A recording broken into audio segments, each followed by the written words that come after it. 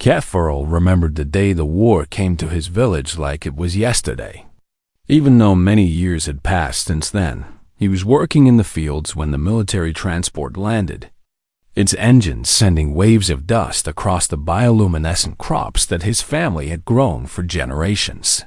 The crops glowed a soft blue in the morning light, and Kefferl had been proud of them, proud of the simple life he lived on the agricultural moon of Cethi 7.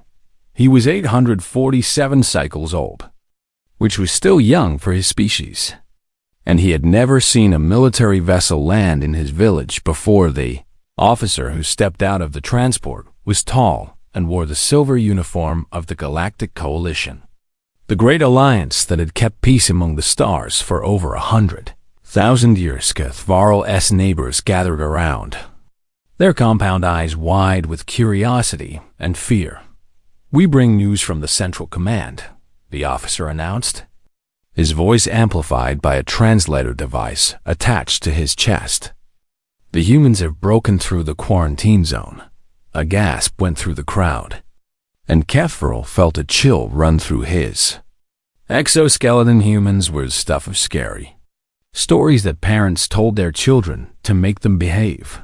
They were the reason the coalition had established the quarantine around a small yellow star in a distant arm of the galaxy. They were supposed to stay in their system, an elder said, his voice trembling. The barrier was supposed to hold for another 10,000 years. The officer shook his head slowly. They found a way through, and now they are spreading across the outer reach.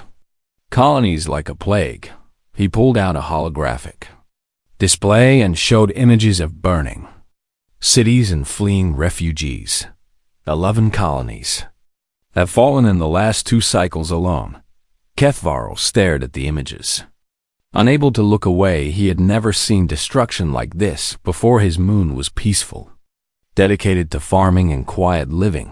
The greatest danger he had ever faced was a bad harvest. The coalition needs soldiers. The officer continued. "We need every able body to join the fight against this threat." Kefferl's mother grabbed his arm, her grip tight with fear.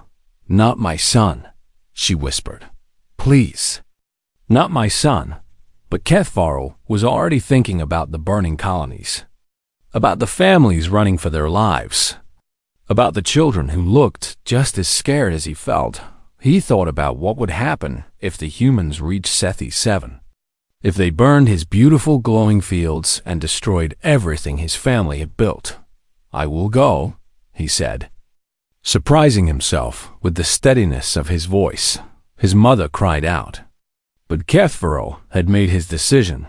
The officer looked at him with what might have been respect, or perhaps pity. "You are brave," the officer said. "What is your name?"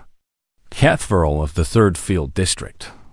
Kefferl of the 3rd Field District. Welcome to the Coalition Defense Force. Within hours, Kefferl was aboard the transport, watching his home grow smaller and smaller through the viewing port. His mother had pressed a small crystal into his hand before he left, a family treasure that had been passed down for generations. "Come back to me," she had said. Tears streaming from her many eyes, Kefferl promised that he would, believing with all his heart that he spoke the truth. The training facility was on a massive space station orbiting the Coalition capital world. Kefferl had never seen so many different species in one place. There were tall, thin beings made of living crystal, short furry creatures with 6 legs, floating entities that seemed to be made of pure energy, and hundreds of other species he could not even name. They all wore the same uniform and shared the same purpose: to stop the human expansion. The instructors told them about the enemy they would face. Humans are a young species, one instructor explained. A being with 4 arms and skin like polished metal. They've only been traveling among the stars for a few hundred years, but they breed fast and they adapt faster. Kefferl learned that humans came from a planet called Earth, a small blue world that should have been unremarkable, but something had gone wrong with the humans. The instructor said they were too aggressive, too curious, too unwilling to accept their place in the universe. The elder races contained them for their own good. The instructor continued. A species that fights as much as they do would destroy themselves eventually. So the coalition built the barrier to protect them from the galaxy and to protect the galaxy from them. But now the barrier was broken, and the humans were loose among the stars. HFY trained for 6 standard months, learning to use weapons that could vaporize targets from great distances. To pilot small fighter craft and to work as part of a unit, he made friends among the other recruits. Soldiers from dozens of different worlds who'd all come for the same reason. There was Melith, a young female from a water world who could breathe both air and liquid. There was Torgan, a massive stone-like being who moved slowly but could crush metal with his bare hands. And there was Zis, a small creature covered in scales who could see in complete darkness. They became close during training, sharing meals and stories and fears about the war that waited for them. "How bad do you think it will be?" Melith asked one night, her gills fluttering with anxiety. "Not bad at all," Torgan rumbled confidently. "We have better technology, more soldiers, and thousands of years of experience fighting wars across the galaxy." HFY nodded in agreement, feeling reassured by his friend's words. "The humans are young and primitive." He added, "This war will be over before we know it, and then we can all go home." Zis made a sound that might have been laughter or might have been a warning. "My grandmother told me stories about humans," she said quietly. "She said they were the one species that scared the elder races." "Elder races are scared of everything," Torgan scoffed. "They have been at peace so long they have forgotten what real strength looks like." But Zis shook her head, her dark eyes serious. "My grandmother said the humans were different, that there was something wrong with them, something that made them dangerous in ways that other species could not understand." HFY dismissed her words as superstition from a primitive world. He was young and confident and believed that the great galactic coalition could handle any threat. He believed that he would serve his time, defeat the humans, and return home to his glowing fields and his waiting mother. He had no way of knowing that within 3 rotations of reaching the front lines, everything he believed about the war, about himself, and about the universe would be completely shattered. He could not have imagined the nightmares that awaited him. He could not have predicted that the humans would teach him the true meaning of fear as the transport carried him toward his first battle. HFY looked out at the stars and dreamed of glory and honor and a quick victory. The stars looked back at him, cold and silent, offering no warning of the horrors to come. The transport dropped out of faster than light, travel above a world that looked like it had been burned from orbit. HFY pressed his face against the viewing port, his compound eyes struggling to understand what he was seeing. The planet below had once been green and blue, covered with forests and oceans, but now it was black and gray, scarred by weapons fired that had turned entire continents into ash. "Welcome to Meridian Station," the squad leader announced, his voice flat and tired. "Or what is left of it." HFY looked around at his fellow soldiers and saw fear in their eyes. This was not what any of them had expected. The briefing had told them that Meridian Station was a small human colony, one of the first they had established outside their quarantine zone. The coalition had responded to its existence with overwhelming force, bombarding the planet for 6 full cycles until the scanner showed Minimal Life Signs Command had declared the colony softened and ready for ground. Occupation Thevel and his unit were supposed to simply walk in and clean up whatever was left. "Remember your training," the squad leader said as they loaded into the landing craft. "Stay alert, watch your corners, and do not underestimate the enemy." Melith was beside HFY, her gills pulsing rapidly with nervousness. "It will be fine," she whispered. though Kefferl could not tell if she was trying to convince him or herself. The landing craft shook as it entered the planet's atmosphere, passing through clouds of smoke and ash that blocked out the sun. When they finally touched down, Kefferl stepped out into a world that looked like something from a nightmare. Buildings lay in ruins all around them, twisted metal and shattered concrete forming mountains of debris. The air was thick with dust and chemicals that made his breathing filters work overtime. Radiation warnings blinked constantly on his helmet. Display. Nothing should have survived this. He thought nothing could have survived this. But then he heard the first scream. It came from somewhere in the ruins to their left. A high-pitched wail that made every soldier freeze in place.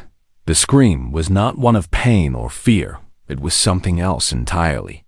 Something that sounded almost like joy. Contact. Someone shouted, and then the world exploded into chaos. They came out of the rubble like ghosts rising from graves, covered in dust and blood, and wrapped in makeshift armor cobbled together from debrisments. Kalavov had seen pictures and videos during training, but nothing had prepared him for the reality. They were smaller than he expected. Soft-looking creatures with pale skin and wild eyes, but the way they moved was terrifying. Fast and unpredictable and completely without fear. The first one to reach their position was a female, with red hair matted with blood and a wound on her side that should have been fatal. She was holding nothing but a piece of sharpened metal. Just a broken pipe that she had turned into a weapon. She should have been dead. She should have been lying in the rubble with the rest of her colony, killed by the bombardment that had turned her world to ash instead.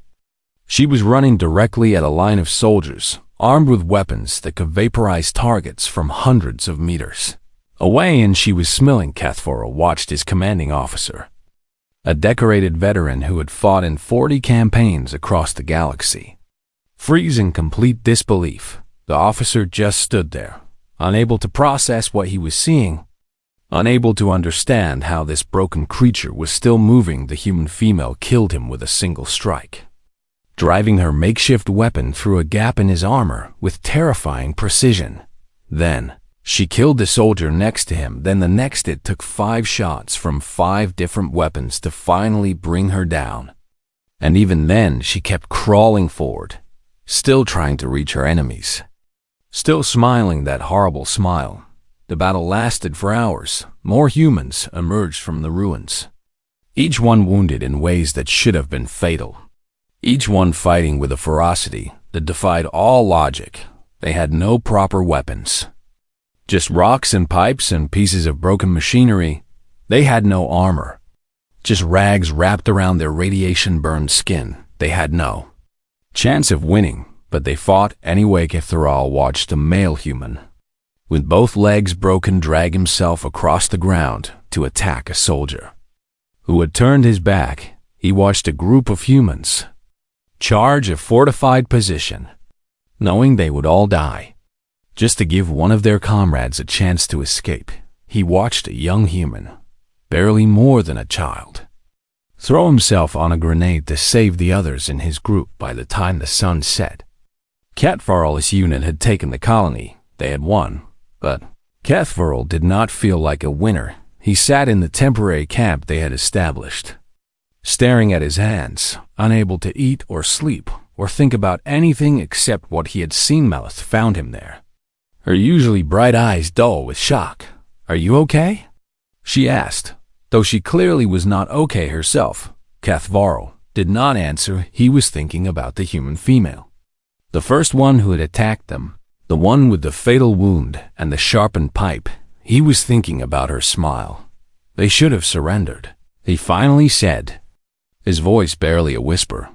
They had no weapons, no supplies, nothing left to fight with, so why did they keep fighting? Melith sat down beside him, her gills barely moving. "I do not know." Kefferl heard the older soldiers talking in hushed tones around a small fire. They spoke of other battles, other colonies, other encounters with humans that had gone wrong. "They do not stop," one veteran said. a being covered in thick scales who had been fighting for decades. I have seen them take wounds that would kill any of us 3 times over. And they just keep coming. Their bodies break and they keep moving, another added. Their hearts stop and they keep fighting. What are they? Someone asked, voicing the question that was in everyone's mind. No one had an answer. Kethral thought about the stories Zis told him during training. About her grandmother who said the humans were different, that there was something wrong with them. He had laughed at those stories. He was not laughing now. He pulled out the crystal his mother had given him and held it tight, wishing he was back home in his glowing fields, far away from this burned world and these terrifying creatures. But home felt very far away. Now the war had only just begun. And already Kethvarl understood that everything he had been told was wrong. This would not be a quick victory. This would not be easy. This would be the fight of his life. And he was not sure anymore that he would survive it as he finally drifted into an uneasy sleep. Kethvarl dreamed of smiling humans rising from the ashes. And he knew that those dreams would haunt him for the rest of his life. 2 years had passed since Kethvarl first set foot on Meridian Station, and the war had grown into something far worse than anyone had predicted. The Galactic Coalition had committed 12 billion soldiers across 9 different fronts, pouring resources into the conflict that should have ended in months. They had lost 8 of those fronts. Kethvarl was no longer the young farmer who had left his home with dreams of quick glory. His exoskeleton was scarred from a dozen battles, and his eyes had lost the brightness they once held. He had watched friends die in ways he could not have imagined before the war began. The massive stone-like being who had been so confident during training had fallen at the Battle of Proxima. 7 had been captured during a retreat and was never seen again. Only Zis remained from his original group, and she had grown quiet and withdrawn. Her scales faded from stress and exhaustion. Now they stood on a ridge overlooking the human colony of New Helsinki, waiting for orders that never seemed to make sense anymore. New Helsinki was a small settlement. Barely 500,000 humans living in domed cities on a cold, rocky world. The Coalition had surrounded it completely, cutting off all supply lines, all communications, all hope of rescue. Standard siege protocol. Let them starve. That had been 6 months ago. The humans were still fighting. Kethvarl had learned many things about humans during those 6 months. Things that made him question everything he thought he knew about survival and willpower. He learned that humans could survive on almost nothing when their food ran out. They ate things that no other species would consider edible. They ate plants that grew in toxic soil. They ate small creatures that lived in the cracks between rocks. They ate their own dead when nothing else remained. And they did it without shame, calling it necessity and moving on. He learned that humans could function without sleep for days at a time. They ran on something they called adrenaline, a chemical that their bodies produced when they were in danger. They also ran on something else, something they called spite, which seemed to be a kind of anger directed at anyone who wanted them to fail. Kethvarl watched them through long-range sensors, unable to look away even as they starved. They kept building defenses even as they weakened. They kept planning attacks even as their numbers dwindled. They kept fighting. Why do they not surrender? Kethvarl asked Zis one night, as they shared a meal in their forward bunker. Zis made that sound that might have been laughter or might have been despair. My grandmother used to say that surrender is not in their nature, she replied, picking at her food without appetite. She said humans would rather die standing than live kneeling. Kethvarl thought about this, trying to understand a species that would choose death over survival. His own people valued life above all else. They would surrender when faced with impossible odds, knowing that living to fight another day was better than dying for nothing. But humans seemed to operate by different rules entirely. The thing that truly broke Kethvarl happened on a cold night in the 4th month of the Siege Coalition. Forces had intercepted a human communication signal A radio transmission between two groups of survivors inside the colony command expected to hear desperate pleas for help. Perhaps even surrender negotiations instead. They heard laughter the humans were telling jokes. Cathforal sat in the communication center. Listening to the transmission with growing horror, the humans were making fun of their situation, laughing about how hungry they were, joking about which of them would die first. One of them made a comment about the coalition soldiers outside, calling them lizard brains and wondering if they tasted like chicken. Another replied that anything would taste like chicken if you were hungry enough. They laughed again, loud and genuine, as if they were not starving to death in a siege that had no hope of ending well for them. "They are insane," Cathvoral's lieutenant said, his mandibles clicking in distress. "They have completely lost their minds." But an older soldier, a veteran who had fought humans longer than anyone else in the unit, shook his head slowly. "No," he said, his voice heavy with something that sounded like respect. "That is how they cope with impossible situations, how they have always coped." He turned to look at them, his ancient eyes filled with a weariness that went beyond physical exhaustion. They laugh at the void, at death itself, at everything that should terrify them. He continued, "And somehow, the void blinks first." Cathforal did not understand what that meant, but the words stayed with him long after the conversation ended. He started paying closer attention to the humans after that, watching them through the sensors like someone studying a dangerous animal. He noticed things he had missed before. He noticed how they cared for each other, how the strong helped the weak, how they shared their meager food even when it meant going hungry themselves. He noticed how they celebrated small victories, singing songs when they captured a supply shipment or repaired a piece of equipment. He noticed how they mourned their dead, holding ceremonies and speaking words of remembrance, even when there was no time or energy to spare. These were not mindless monsters. He realized these were beings who loved and feared and hoped, just like his own people. But there was something else there too. Something that set them apart from every other species in the galaxy.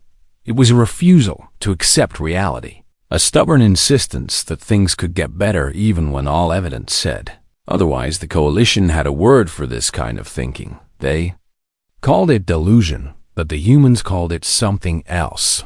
They called it hope. In the 5th month of the siege, the humans launched an attack that should have been suicide. 300 of them charged a fortified position held by 5,000. Coalition soldiers. They had improvised weapons and homemade explosives, and absolutely no chance of success. Cathforal watched from a safe distance as his comrades mowed them down, cutting through their ranks with weapons that could kill from a kilometer away. The humans kept coming. They climbed over the bodies of their fallen comrades. They dragged themselves forward with broken limbs. They died by the dozens, then the hundreds, and when it was over, when the last human had finally stopped moving, the Coalition soldiers discovered something that chilled them to their cores. The attack had been a distraction. While the Coalition focused on the charging humans, a small group had slipped through a gap in their defenses and escaped into the wilderness beyond. 23 humans had gotten away, including several children and a pregnant female. The siege of New Helsinki continued for another month after that, until the last defenders finally fell. But those 23 survivors were never found, and somewhere in the cold darkness between the stars, Cathforal knew they were still out there, still fighting, still refusing to give up. He could not decide if that was terrifying or beautiful. Perhaps it was both. The war entered its 5th year, and Cathforal was no longer young by any measure. His body had changed in ways that went beyond the scars on his exoskeleton. He moved slower now, thought slower, felt slower. The brightness had left his eyes long ago, replaced by a dull acceptance of the horror that had become his daily life.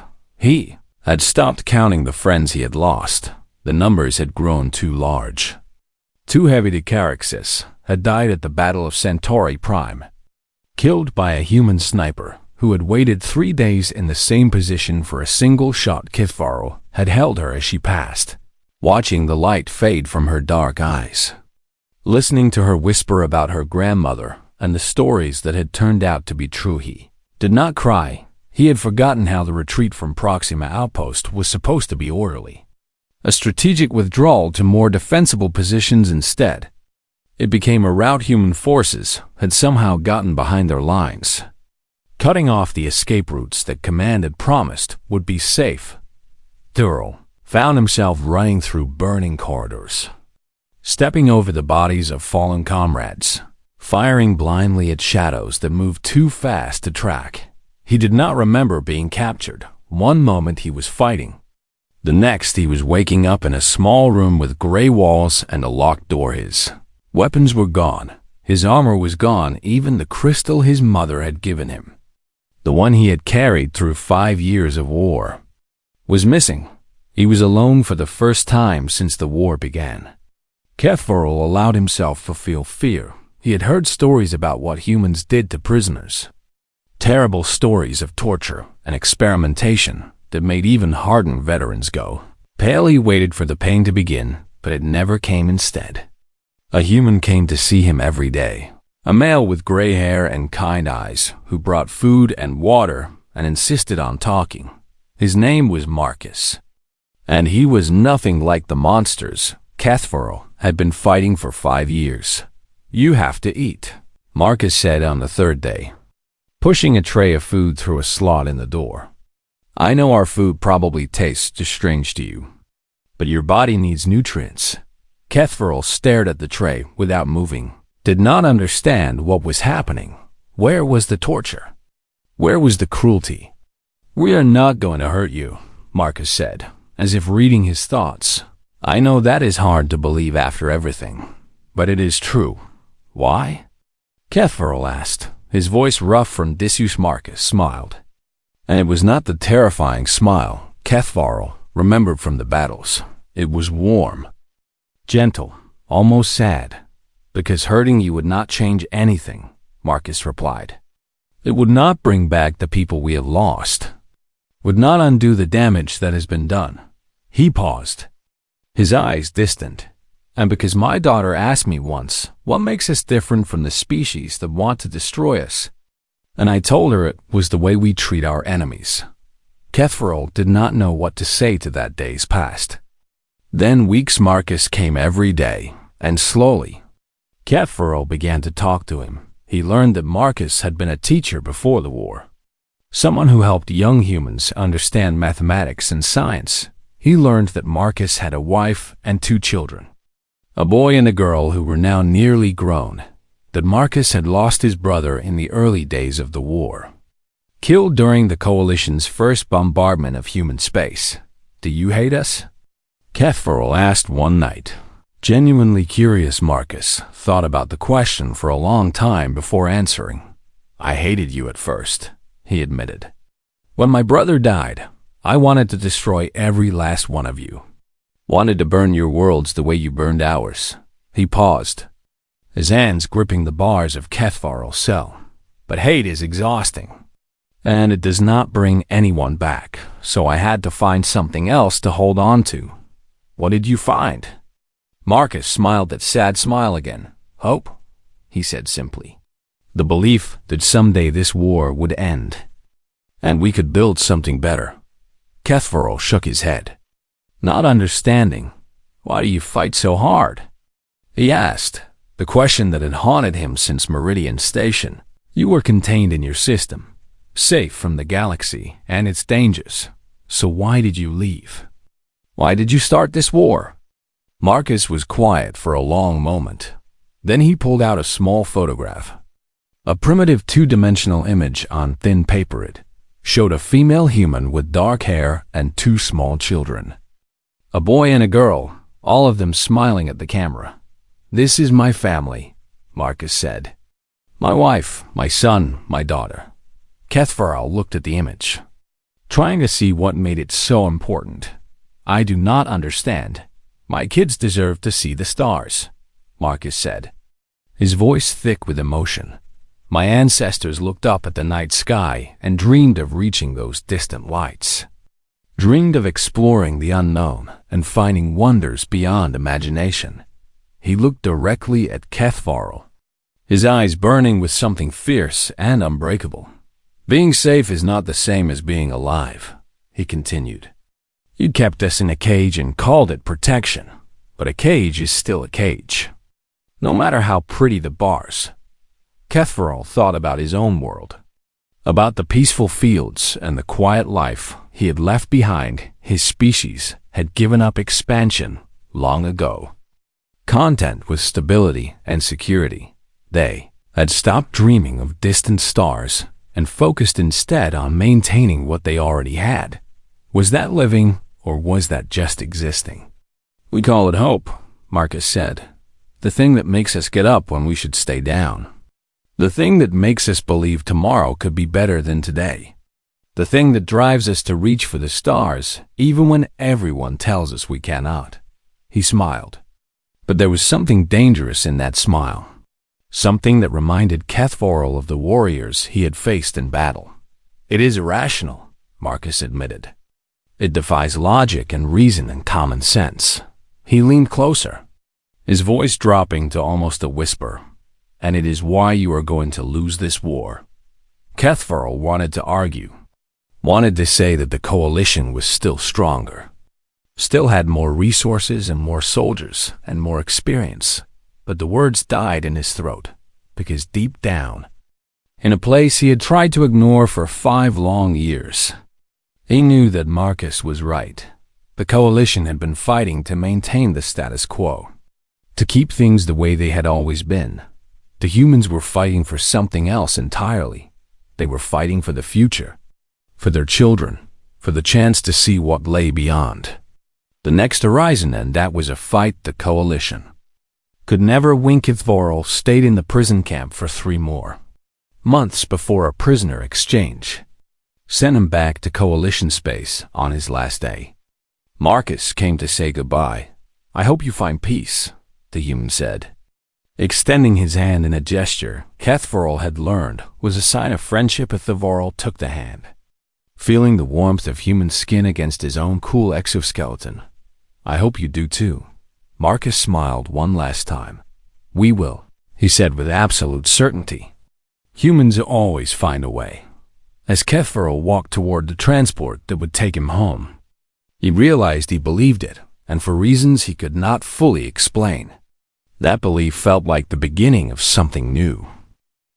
40 years had passed since the Treaty of Earth brought the war to an end, and Kethvarl was now ancient by the standards of his species. His carapace had faded to a dull gray, and his limbs trembled when he walked, but his mind remained sharp, filled with memories that refused to fade no matter how much time passed. He had returned to Sethi 7 after the war, back to the glowing fields where he had grown up. His mother had been waiting for him, older and frailer than he remembered, but still alive, still holding on to hope that her son would come home. She had died 5 years later, peacefully, in her sleep.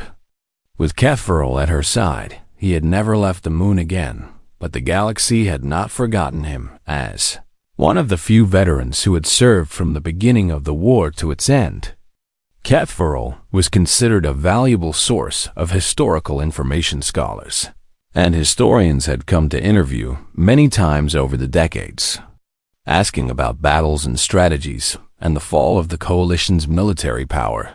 He had answered their questions as best he could, trying to explain things that words could never fully capture now. On what he suspected would be one of his last days, Kethvarl sat before the coalition, historical archives in a great chamber filled with beings from 100 different worlds. Holographic recorders floated around him, capturing his image from every angle. Historians and scholars and politicians filled the seats, all of them waiting to hear what the old soldier had to say. "Thank you for coming," the chief archivist said, a young being with crystalline skin and eager eyes. "We are honored to have you share your testimony with the archives." Kethvarl nodded slowly.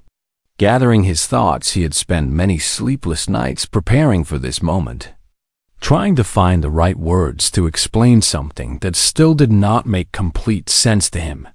You want to know why we lost? He began, his voice rough but steady. You want a strategic analysis, a breakdown of tactical failures, a list of mistakes that could be studied and avoided in the future. He paused, looking around the chamber at all the faces watching him. But you are asking the wrong questions. A murmur went through the crowd, and Kethverl saw confusion on many faces. The chief archivist leaned forward, his crystalline brow furrowed. What do you mean? He asked. Ed Kethverl took a deep breath, feeling the weight of decades pressing down on him. The Galactic Coalition has existed for over 100,000 years, he said. In that time, we have seen empires rise and fall, species evolve and go extinct, stars be born and die. He let those words hang in the air for a moment. We have faced threats that could have destroyed us many times over. And we survived them all because we understood something fundamental about the universe. And what is that? The chief archivist asked. That time is on our side, Kethverl replied. That if we are patient enough, strong enough, and cautious enough, we can outlast any enemy. He shook his head slowly, his old eyes distant with memory. Then we met the humans, and for the first time in our history, we encountered a species that we could not outlast. The chamber was silent now, everyone waiting for him to continue. We measured victory in territory and resources, Kethverl said. We counted planets captured and soldiers killed and ships destroyed. And by those measures, we were winning for most of the war. He paused, his voice dropping lower, but the humans measured victory differently. And it took me a very long time to understand what that meant.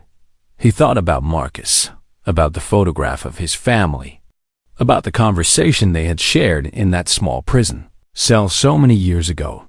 They measured victory in stories told to children, in promises made to the dying, in the belief that tomorrow could be better than today. His voice grew stronger now, filled with a certainty that had taken decades to develop. The most frightening thing about humans is not their endurance. Though they can survive conditions that would kill any species in the coalition. He held up one trembling hand, ticking off points on his fingers. It is not their adaptability, though they can learn and change faster than any other beings I have ever encountered. Another finger. It is not even their capacity for violence, though I have seen them commit acts of brutality that haunt my dreams to this day. He lowered his hand and leaned forward, his ancient eyes suddenly fierce. The most frightening thing about humans is that they never stop believing they can win. The words echoed through the silent chamber. You can burn their worlds, and they will plant seeds in the ashes, Kethverl continued. You can slaughter their armies, and they will train new soldiers from their children, their elderly, their wounded. His voice dropped to barely a whisper. But in the perfect silence of the chamber, every word was heard. You can break their bodies, shatter their bones, stop their hearts, and they will crawl from the rubble, look you in the eye, and tell you that this is merely a setback. He rose slowly from his chair, his old limbs protesting the movement but obeying nonetheless. I have been asked many times over the years what the humans taught me, he said, and I always give the same answer.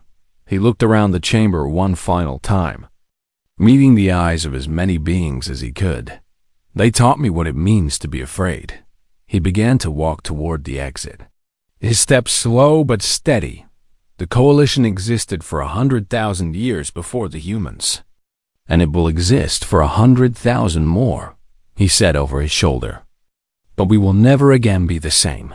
He paused at the door, turning back to face the assembly, because now we know that somewhere out there, among the stars that we once thought we owned, there is a species that will never give up, never surrender, never stop reaching for the future.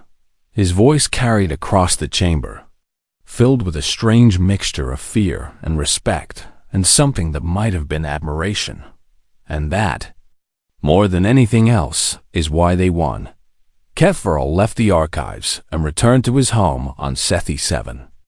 To the glowing fields that had welcomed him back after the war, he sat on his porch as the sun set, watching the crops shimmer with bioluminescent light, thinking about all the things he had seen and done and learned. On the table beside him sat an old photograph, yellowed with age, showing a human female and two children smiling at the camera. Marcus had sent it to him decades ago, along with a letter that Kethvarl had read so many times he knew it by heart. "I hope you found peace," the letter had said, "and I hope you understand now why we had to fight." Kethvarl did understand. He understood that the humans had fought not because they were monsters, but because they were dreamers. They had looked up at the stars and refused to accept that those distant lights were beyond their reach. They had been told to stay in their cage, and they had chosen freedom instead, and in doing so, they had changed the galaxy forever as the stars appeared in the darkening sky. Kethvarl raised his glass in a silent toast to the species that had terrified him, captured him, taught him, and ultimately earned his respect. "To humans," he whispered to the night, "may you never stop reaching." Somewhere across the vast emptiness of space, on a small blue world orbiting a yellow star, the descendants of Marcus and billions like him were doing exactly that. And Kethvarl, in the final piece of his long life, found that he would not have it any other way.